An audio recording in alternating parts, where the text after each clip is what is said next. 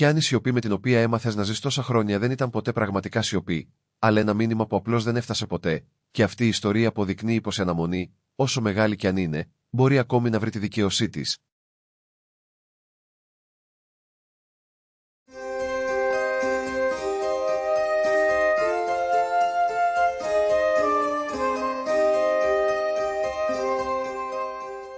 Η Ελεανόρ υπέγραψε την εντολή κατεδάφισης ένα πρωινό 5η του Οκτωβρίου με την πένα που της είχε αφήσει ο πατέρας της και δεν επέτρεψε στο χέρι της να τρέμει. Πίσω από τα ψηλά παράθυρα του γραφείου της στο 12ο όροφο του τμήματος πολεοδομίας του Σικάγο, ο ουρανός είχε το χρώμα παλιού κασίτερου και ο σταθμός Χάλστετ στεκόταν 5 οικοδομικά τετράγωνα δυτικά, σαν μια όμορφη πληγή στο πρόσωπο της πόλης. Είχε παλέψει για τη διατήρησή του επί 11 χρόνια. Είχε παραστεί σε κάθε συνεδρίαση επιτροπής, είχε καταθέσει κάθε μελέτη επιπτώσεων, είχε διατυπώσει κάθε δυνατό επιχείρημα με δεδομένα, πεποίθηση και εκείνο το ιδιαίτερο είδος πείσματος που την είχε οδηγήσει από νεαρή αναλήτρια σε αναπληρώτρια διευθύντρια χωρίς ούτε μία παρέκκληση. Είχε χάσει. Και τώρα, στα 42 της, η νεότερη αναπληρώτρια διευθύντρια στην ιστορία του τμήματος είχε μάθει να είναι πραγματίστρια. Αυτό έλεγε στον εαυτό της καθώς μονογραφούσε κάθε σελίδα. Ο αρχιτέκτονας που είχε αναλάβει να επιβλέψει το έργο κατεδάφισης και αντικατάστασης έφτασε την επόμενη Δευτέρα. Η βοηθός της Ελεανόρ χτύπησε 2 φορές την πόρτα και την άνοιξε, και ο άντρας που μπήκε μέσα ήταν κάποιος που η Ελεανόρ δεν είχε δει εδώ και 14 χρόνια. Ο Ντάνιελ Ρέγες μπήκε κρατώντας ένα τυλιγμένο αρχιτεκτονικό σχεδιασμό κάτω από τον μπράτσο του και με την ίδια ήσυχη αυτοπεποίθηση που πάντα κουβαλούσε μαζί του, σαν κάθε δωμάτιο να αποκτούσε περισσότερο νόημα τη στιγμή που έμπαινε μέσα. Εκείνη σηκώθηκε όρθια. Δεν του έδωσε αμέσως το χέρι της. Ο Ντάνιελ σταμάτησε 2 βήματα μέσα από την πόρτα. Μια στιγμή πέρασε ανάμεσά τους πιο μεγάλη όσο θα έπρεπε να είναι οποιαδήποτε παύση ανάμεσα σε επαγγελματίες. Έπειτα χαμογέλασε προσεκτικά, σαν κάποιος που δοκιμάζει πάγο για τον οποίο υποψιάζεται πως δεν θα αντέξει. «Δείχνεις ακριβώς ίδια», είπε. «Αυτό δεν είναι αλήθεια», απάντησε εκείνη και κάθισε ξανά. Δεν ήταν η επανένωση που είχε φανταστεί κανείς από τους δύο. Αν και η Ελεανόρ θα παραδεχόταν πολύ αργότερα πως είχε φανταστεί πολλές εκδοχές της όλα αυτά τα χρόνια. Συνήθως αργά τη νύχτα, όταν ερχόταν η αϊπνία και η πόλη βούιζε έξω από το παραθυρό της. Σε κάθε εκδοχή ήταν πιο ψυχρή. Πιο σίγουρη. Σε καμία δεν είχε νιώσει εκείνη την παλιά έλξη να επιστρέφει στο στήθος της σαν πόρτα που ανοίγει σε ένα δωμάτιο που είχε χτίσει με τούβλα εδώ και καιρό και είχε πείσει τον εαυτό της πως δεν της έλειπε πια. Παρέμειναν επαγγελματίες την πρώτη εβδομάδα. Μαζί εξέταζαν την ανάλυση του χώρου, στεκόμενοι στις απέναντι πλευρές ενός σχεδιαστηρίου. Διαφωνούσαν για το σχέδιο διάσωσης των σιδερένιων αψίδων του σταθμού. Η Ελεανόρ ήθελε να διατηρήσει 3 από αυτές και να τις ενσωματώσει στο νέο συγκοινωνιακό κόμβο. Ο Ντάνιελ θεωρούσε την ιδέα συναισθηματική και δομικά περίπλοκη. Εκείνη του είπε πως ήταν αρκετά ειρωνικό αυτό από έναν άντρα που κάποτε πέρασε 2 χρόνια επανασχεδιάζοντας ένα ολόκληρο κτίριο μόνο και μόνο για να σώσει ένα και μοναδικό βιτρό παράθυρο. Εκείνος σήκωσε το βλέμμα από τα σχέδια. Δεν είχε σκοπό να το πει δυνατά. «Το θυμάσαι αυτό», είπε. «Διάβασα τα άρθρα στις εφημερίδες», απάντησε εκείνη. Αλλά δεν είχε διαβάσει μόνο τα άρθρα των εφημερίδων και το ήξεραν και οι δύο χωρίς να χρειαστεί να το πούν.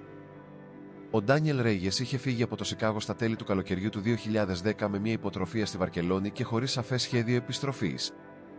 Η Ελεανόρ ήταν 28 χρονών, μόλις είχε πάρει προαγωγή και ήδη ήταν πολύ καλή στο να αποφασίζει ότι όσα ένιωθε είχαν μικρότερη σημασία από όσα έπρεπε να πετύχει. Ήταν μαζί 2 χρόνια και εκείνη πίστευε, με μια ένταση που ποτέ δεν εξέτασε πραγματικά, πως εκείνος θα τη ζητούσε να πάει μαζί του. Δεν το έκανε. Τη φίλησε στο αεροδρόμιο Μικρόνχερ και της είπε: «Αυτό δεν είναι αντίο, είναι μια παύση, σαν η αγάπη να ήταν μια ηχογράφηση που μπορείς απλώς να συνεχίσεις αργότερα».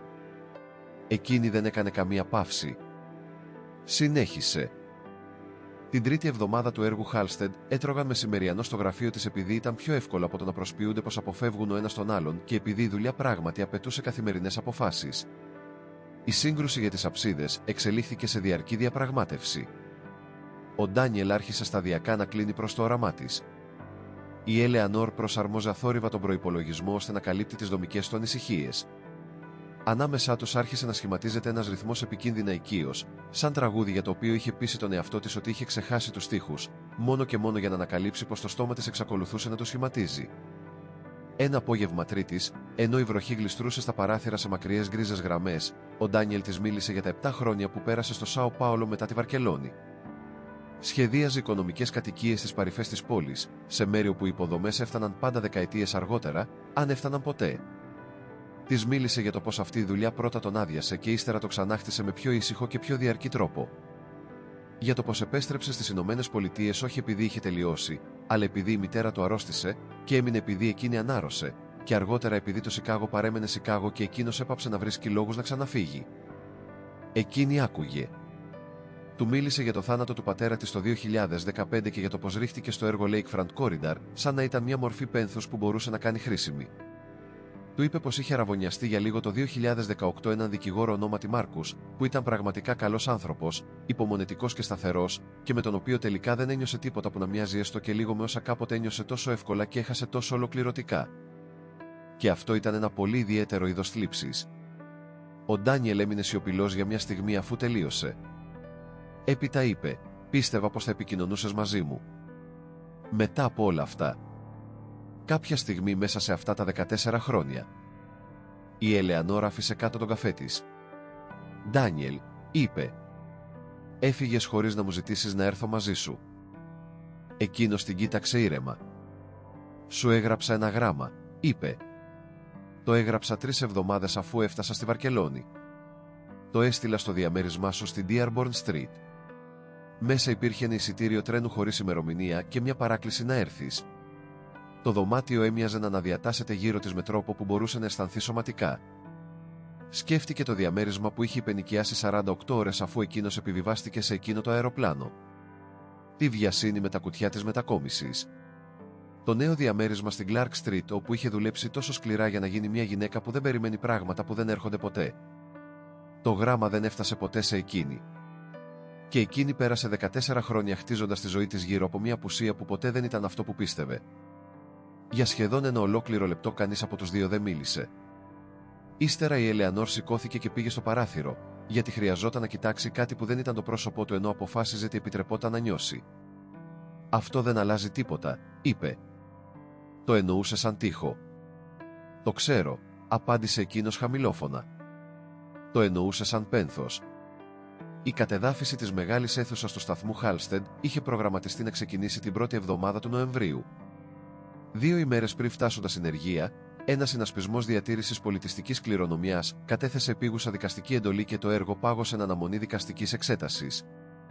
Η Ελεανόρ πέρασε 4 ημέρες ανάμεσα σε καταθέσεις και νομικές τηλεδιασκέψεις, διαχειριζόμενη την απάντηση της πόλης και κινούμενη ανάμεσα στο Δημαρχείο και τη δική της μπερδεμένη συνείδηση. Είχε υπογράψει εκείνα τα έγγραφα. Είχε κάνει τη δουλειά της. Όμως άρχιζε επίσης να καταλαβαίνει πως το είχε κάνει πιστεύοντας κάτι για τον εαυτό της και για εκείνο το κτίριο που δεν ήταν εντελώς ειλικρινές. Την 4η ημέρα ο Ντάνιελ την κάλεσε. Όχι εξαιτίας της δικαστικής εντολής. Είπε: «Αύριο θα καταθέσω μια αναθεωρημένη πρόταση σχεδίου. Μια πρόταση που διατηρεί ολόκληρη τη μεγάλη αίθουσα και χτίζει το νέο συγκοινωνιακό κόμβο γύρω της. Θα κοστίσει περισσότερο. Η πόλη μπορεί να την απορρίψει και να λύσει το συμβόλαιό μου. Αλλά πιστεύω πως πρέπει να τη δεις πριν την καταθέσω». «Γιατί μου το λες αυτό?» τον ρώτησε. «Επειδή είχες δίκιο για αυτό το κτίριο», απάντησε εκείνος. «Είχες δίκιο πριν ακόμη έρθω εδώ, και εγώ ήμουν υπερβολικά συγκεντρωμένος σε αυτό που ήθελε να δει ο πελάτης για να δω καθαρά μόνος μου. Κάποιος έπρεπε να το πει». Τον ρώτησε αν μιλούσε για το σταθμό ή για κάτι άλλο. Εκείνος είπε πως, ειλικρινά, δεν μπορούσε πια να ξεχωρίσει τα δύο πράγματα. Είχε σταματήσει να προσπαθεί. Τον συνάντησε στο σταθμό εκείνο το βράδυ, 1 ώρα πριν η ασφάλεια κλείσει το χώρο για τη νύχτα. Περπάτησαν μέσα από τη μεγάλη αίθουσα φορώντας κράνη και φακούς εργασίας, περνώντας δίπλα από τις σιδερένιες αψίδες που εχμαλώτιζαν το τεχνητό φως και το απλώναν σε μακριές ζεστές σκιές πάνω στο μαρμάρινο πάτωμα. Ο Ντάνιελ της έδειξε την αναθεωρημένη πρόταση σε ένα τάμπλετ. Έναν συγκοινωνιακό κόμβο που αναπτυσσόταν οργανικά γύρω από τη διατηρημένη αίθουσα, με τα παλιά κόκαλα του κτηρίου να γίνονται η δομική και αισθητική καρδιά κάτι εντελώς νέου. Ήταν η καλύτερη δουλειά που τον είχε δει ποτέ να κάνει. Και ταυτόχρονα κατάλαβε πως ήταν ακριβώς το είδος πρότασης που θα μπορούσε να του κοστίσει τη σχέση με τον πελάτη, την οποία έχτιζε επί μήνες. «Αυτό μπορεί να σου κοστίσει το συμβόλαιο», είπε. «Κάποια πράγματα αξίζουν περισσότερο από ένα συμβόλαιο», απάντησε εκείνος. Τον κοίταξε μέσα στο ημίφος του κτηρίου που είχε προσπαθήσει να σώσει και σχεδόν είχε εγκαταλείψει. Σκέφτηκε ένα γράμμα που είχε σταλεί σε μια διεύθυνση που είχε ήδη αφήσει πίσω της. Σκέφτηκε 14 χρόνια που έζησε μέσα σε μια ιστορία που έλεγε στον εαυτό της για το ότι είχε εγκαταληφθεί, ενώ η αληθινή ιστορία ήταν πάντα πιο περίπλοκη και πιο συγχωρητική. «Έλα να δείπνήσουμε μαζί», είπε. «Όχι επαγγελματική συνάντηση. Δείπνο». Εκείνος είπε ναι πριν ακόμη τελειώσει την ερώτηση. Η πόλη αποδέχτηκε την αναθεωρημένη πρόταση του Ντάνιελ τον Ιανουάριο, αφού ο Συνασπισμός Διατήρησης απέσυρε τη δικαστική εντολή και η Επιτροπή Προϋπολογισμού ενέκρινε την επιπλέον χρηματοδότηση.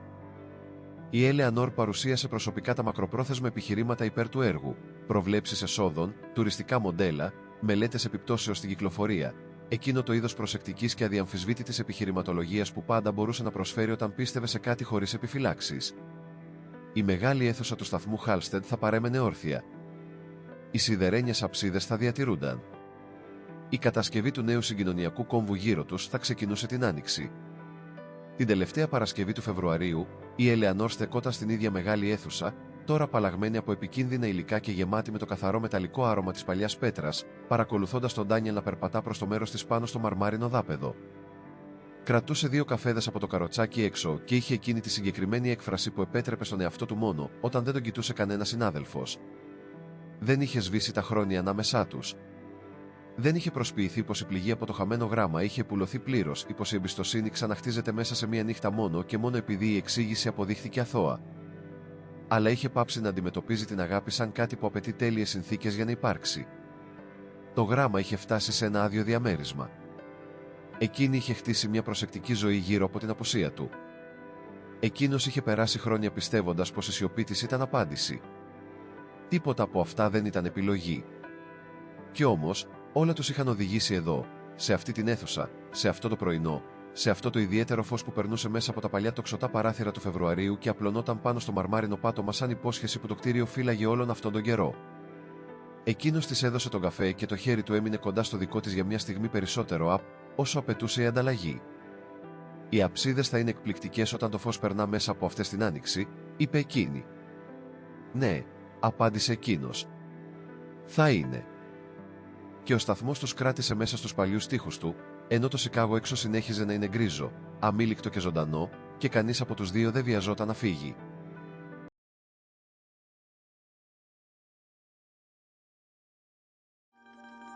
Σας άρεσε η σημερινή ιστορία? Μείνετε λίγο ακόμη. Γράψτε στα σχόλια από ποια πόλη παρακολουθείτε. Σας άγγιξε αυτό το μήνυμα? Έχετε ιδέες για επόμενες ιστορίες? Μοιραστείτε τις, μπορεί να γίνουν το επόμενο βίντεο. Κάντε like αν αυτό το μήνυμα σήμαινε κάτι για εσάς. Κάντε εγγραφή για να μην χάσετε τα επόμενα βίντεο. Αν πιστεύετε ότι κάποιος θα εκτιμούσε αυτό το μήνυμα, μοιραστείτε το. Δείτε τους συνδέσμους στην περιγραφή αν θέλετε να στηρίξετε το κανάλι. Σας ευχαριστούμε που ήσασταν μαζί μας. Τα λέμε στο επόμενο βίντεο.